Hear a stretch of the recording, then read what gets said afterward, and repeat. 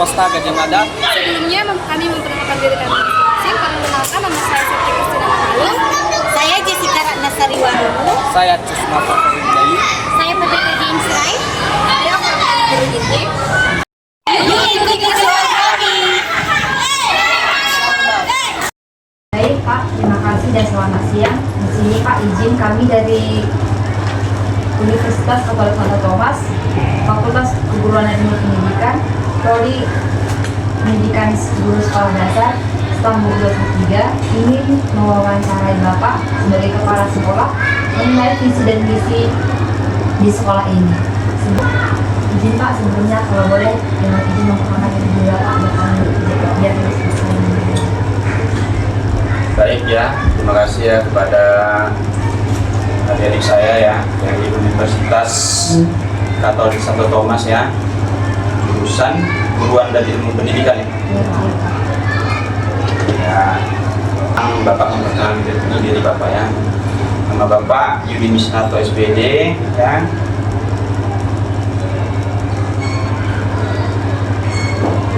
Tamatan Universitas PJOK ya. Visi-misi sekolah kita di Yayasan SD Swasta Gajah Mada itu mempunyai visi gembira ya. Gembira itu apa? Gotong royong, empati, mandiri, bineka global, dan inovasi dan religius aktif ya. Jadi itulah masih visi-misinya ya kan.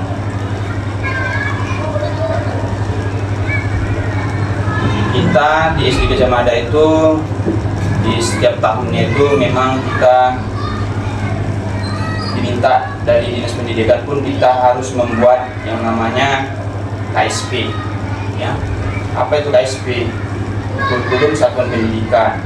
Karena di tahun ajaran 2005 dan 2006 ini kita memakai kurikulum Merdeka ya, atau learning kan. Jadi memang kita setiap tahunnya harus membuat yang namanya KSP ya, dan itu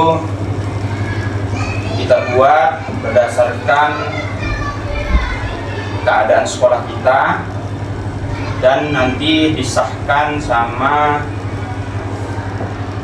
pengawas sekolah yang rutin datang sekolah dan disahkan ke Dinas Kota Medan juga. Adapun tadi visi kita gembira tadi, gotong royong ya, biar supaya siswa itu memiliki rasa gotong royong ya. Rasa gotong royong. Kalau tadi empati tadi itu supaya anak-anak kita juga memiliki rasa berkawan yang baik sesama teman ya kan.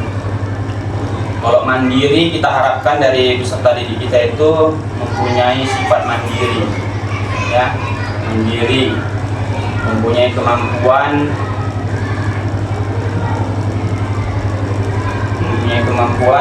terhadap dirinya sendiri.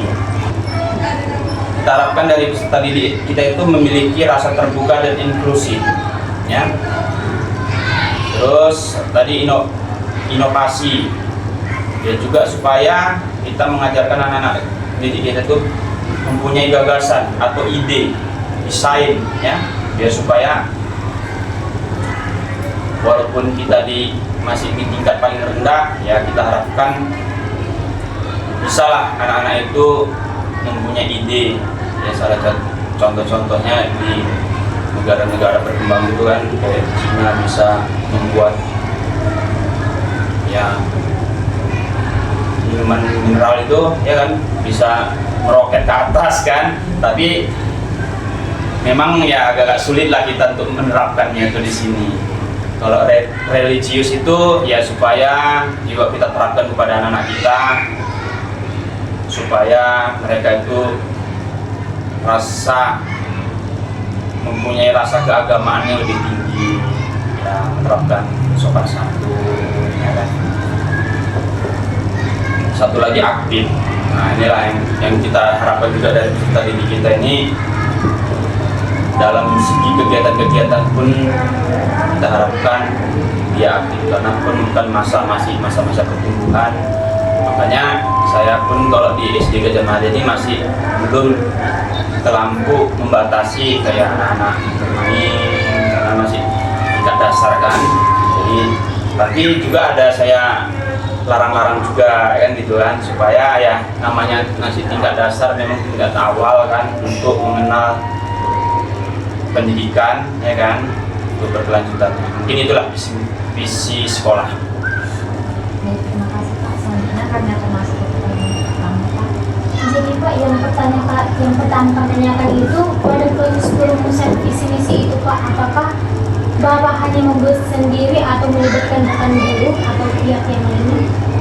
Baik, dalam pembuatan visi misi sekolah itu kita kembali lagi tadi ke dalam pembuatan KSP ya. Dalam pembuatan KSP tadi itu kita melibatkan semua elemen ya, baik guru, orang tua ya, dan siswa kita juga. Jadi dalam merumuskan visi misi itu kita harus melibatkan berbagai elemen ya, karena memang harus kita libatkan dalam pembuatan visi misi sekolah ya. Kita libatkan kalau orang tua juga kita libatkan, guru kita libatkan, siswa juga kita libatkan. Terima kasih Pak. Yang pertanyaan selanjutnya, tadi kan Bapak sudah menjelaskan tujuan dari yang visi yang gembira itu. Jadi menurut Bapak yang menjadi tujuan utama dari yang sudah Bapak jelaskan tadi itu, yang paling diharapkan itu apa? Yang paling diharapkan semua dari visi tadi itu ialah terciptanya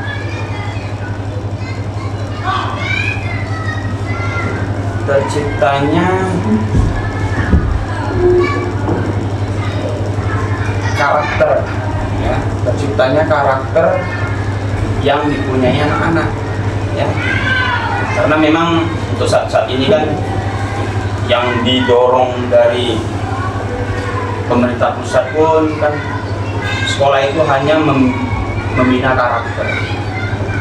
Kalau dari segi materi-materi atau pembelajaran masih bisa dicari dari sumber-sumber yang lain. Jadi yang kita harapkan ini dari gembira tadi itu mempunyai rasa gotong royong, empati, mandiri, bineka global, inovasi, religius, dan aktif. Itu kita ingin membentuk karakter anak-anak itu biar saling menghargai, saling menolong, saling membantu.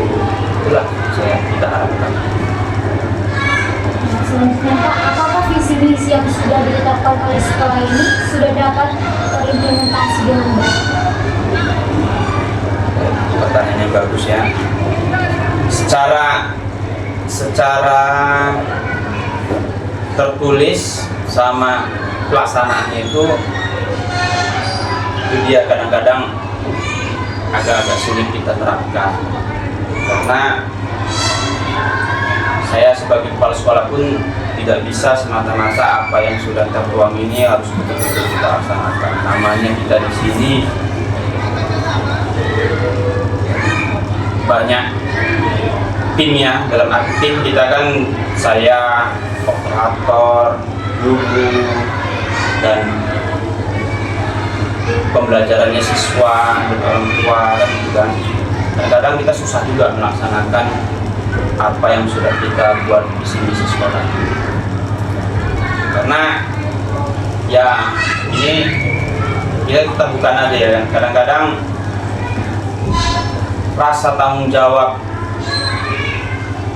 kita sebagai tim ini pun juga kadang-kadang masih ada juga yang kurang, apalagi guru baru, rasa tanggung jawabnya ya kan. Kadang-kadang kalau nggak datang kan itu mempengaruhi terlaksananya visi sekolah juga kan, kadang-kadang itu juga. Tapi kalau dari persentase ya sekitar 80% itu terlaksana.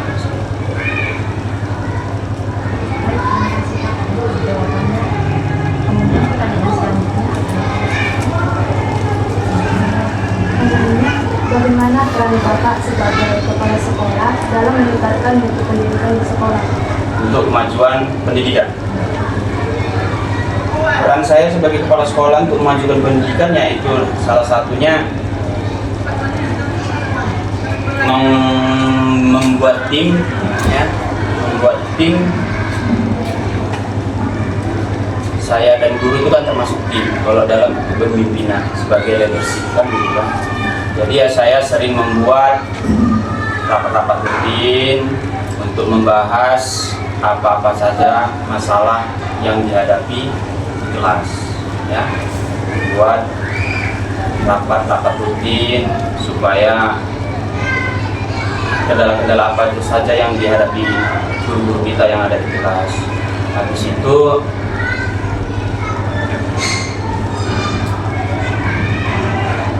selalu membuat supervisi kelas supaya kita juga bisa melihat kinerja guru kita apakah sudah terlaksana dengan gurunya atau belum, dan itu juga kan. Bapak rasa dalam menjalankan peran tersebut ada tantangan yang begitu sulit dan Kalau tantangannya sebetulnya yang begitu sulit apabila guru tidak datang. Apabila guru tidak datang, ya itu tantangan tersulit. Kenapa? Kalau udah guru tidak datang, pasti materi tidak akan sampai. Ya. Itu dia tadi saya bilang, rasa tanggung jawab guru itulah yang sangat dipentingkan dalam pengajaran kita. Kalau secara teori-teori nanti kita bilang gini kan, enggak kan. Tapi kalau namanya guru-guru kita sudah mempunyai sarjana kan gitu kan. Jadi kalau untuk di kelas itu udah kita suruh buat kurikulum dan mereka melaksanakannya, mungkin tinggal supervisi tadi itulah yang kita laksanakan. Tapi kita juga harus percayakan juga kepada guru kita dalam melaksanakan tugas dan tanggung jawabnya sebagai guru. Jadi tanggung jawab nanti adik-adik juga seperti itu juga, tanggung jawabnya adik berkuliah sampai selesai dan nanti mengabdi sebagai guru, ya haruslah betul-betul kalau memang udah dapat wadahnya untuk mengajar, yang paling penting itulah rasa tanggung jawabnya, ya.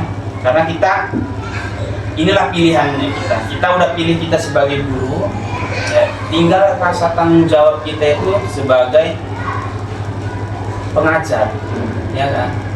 Jadi kalau misalnya nanti saya terapkan seperti ini sebagai kepala sekolah, toh juga guru yang di kelas tidak melaksanakannya kan kita hanya sebatas briefing semata aja di kantor ini. Tapi kan pelaksanaan sepenuhnya yang udah kita kasih kepercayaan kepada Bapak Ibu guru itu kan di kelas. Jadi itu yang sering saya tekankan kepada guru-guru kita yang ada di sini.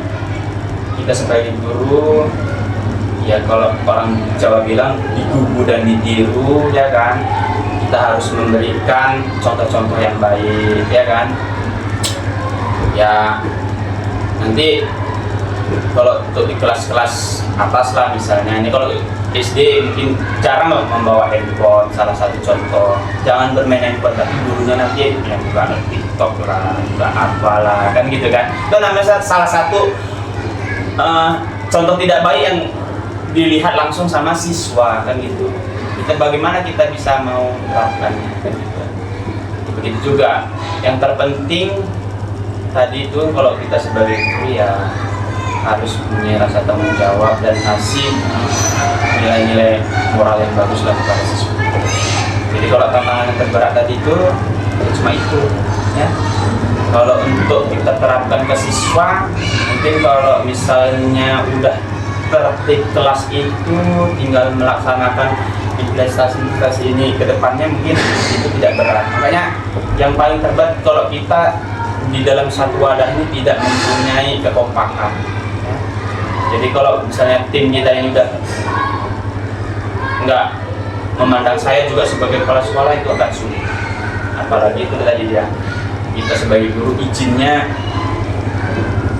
nggak sakit, yang di situ mengantar keluarga lah. Makanya kita udah mengabdi kita di sini sepenuhnya lah. Kita ada jam bekerja kita sampai jam berapa. Ya nanti kalau di keluarga saya pun seperti itu juga. Saya kalau udah kita masuk bekerja, ya keluarga kita nomor 2. Nanti kalau dia kembali lagi di keluarga ya keluarga. Gitu. Ada lagi.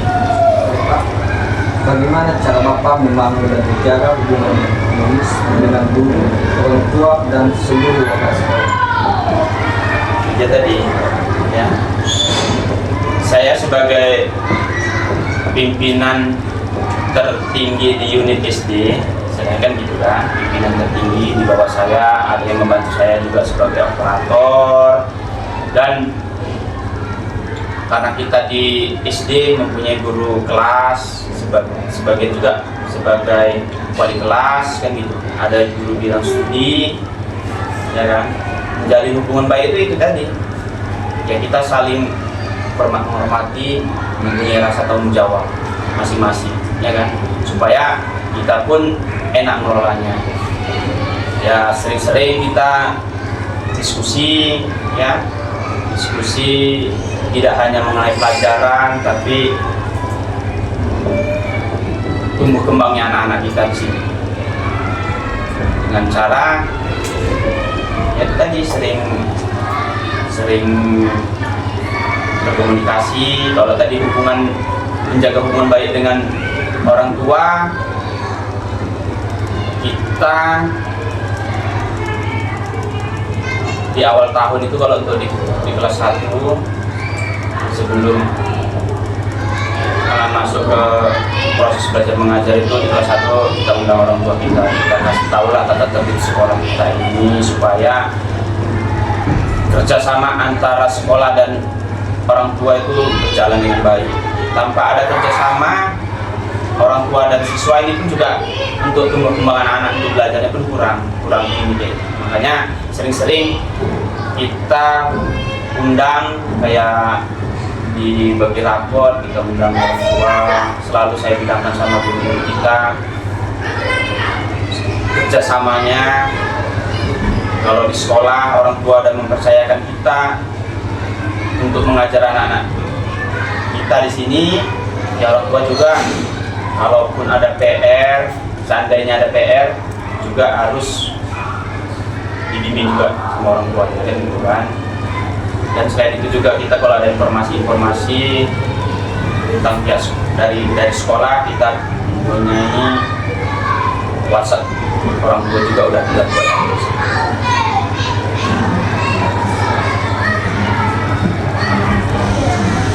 Apa strategi yang Bapak terapkan dalam mengelola sumber daya manusia di sekolah, baik bagi guru maupun tenaga pendidikan, termasuk dalam pengelolaan sarana dan prasarana sekolah?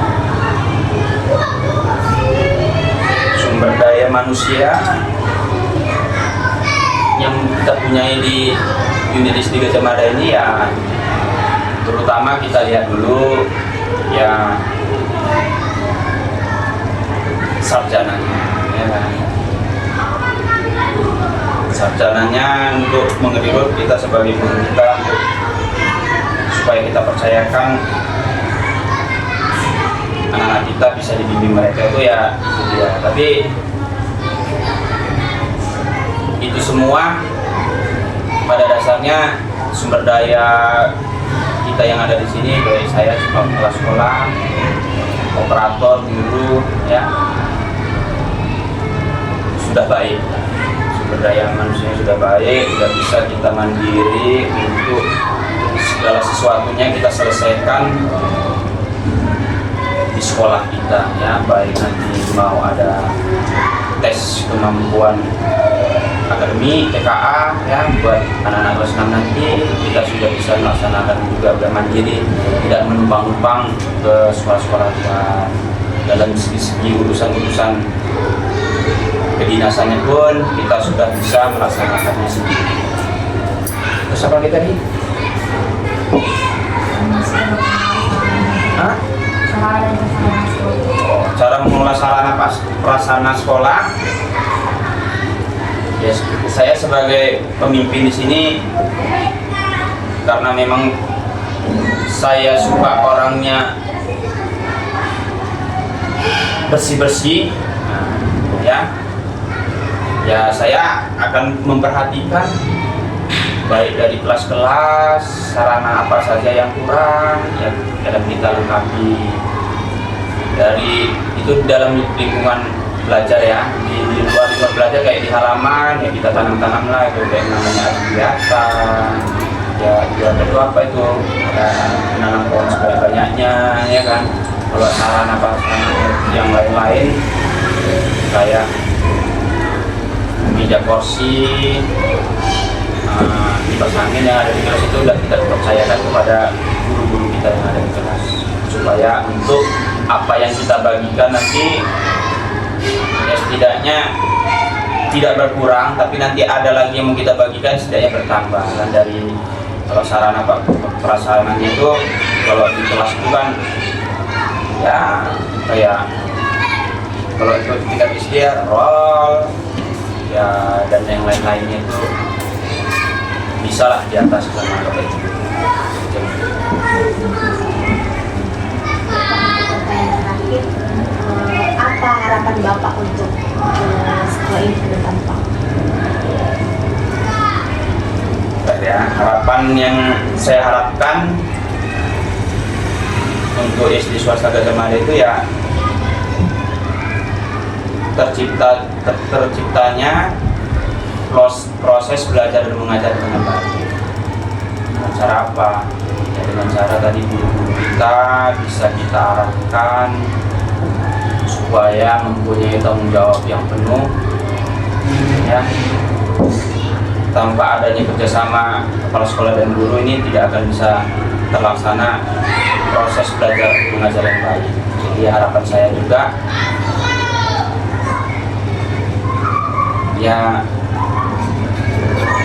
kepada anak-anak kita juga, harapan saya bisa menerima pembelajaran yang diberikan Bapak Ibu yang ada di sini, agar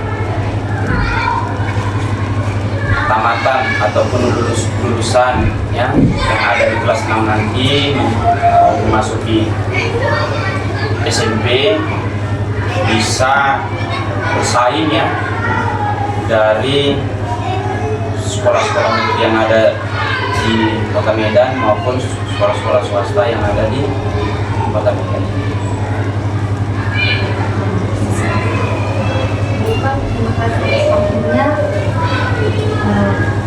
Wawancara kami hari ini sudah selesai. Bisa ya. Jika ada kesalahan kami Pak, Bapak dipersilakan waktu kami terlambat dan jika ada kesalahan dan salah kami akan. Baik, Bapak pun terima kasih kepada adik Bapak ya dari Universitas Katolik Santo Thomas, Fakultas Keguruan dan Ilmu Pendidikan ya. Ya, nggak usah Bapak sebutkan lah nama-namanya tadi ya. Ya, wawancara tadi mana tahu juga ada kesalahan pengucapan Bapak yang tidak pantas kepada kalian ataupun nanti sebagai bahan referensi kalian itu ya sebetulnya juga Bapak bisa ya. Mudah-mudahan ada di Bapak ini ya yang ada berlima nama-namanya dari Jessica,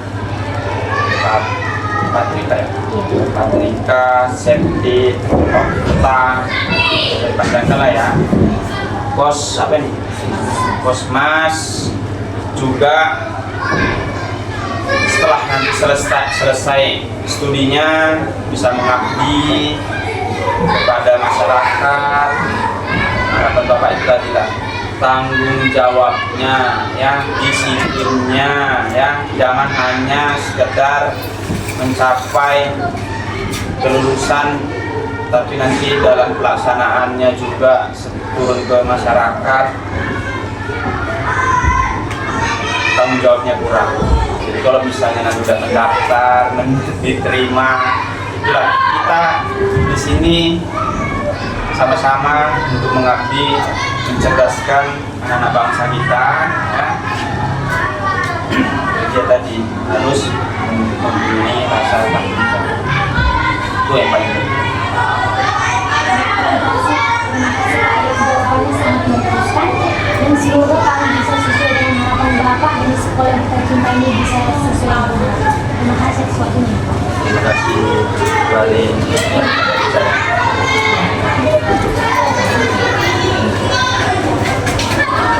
Terima kasih banyak. Ya, Permisi ya Pak.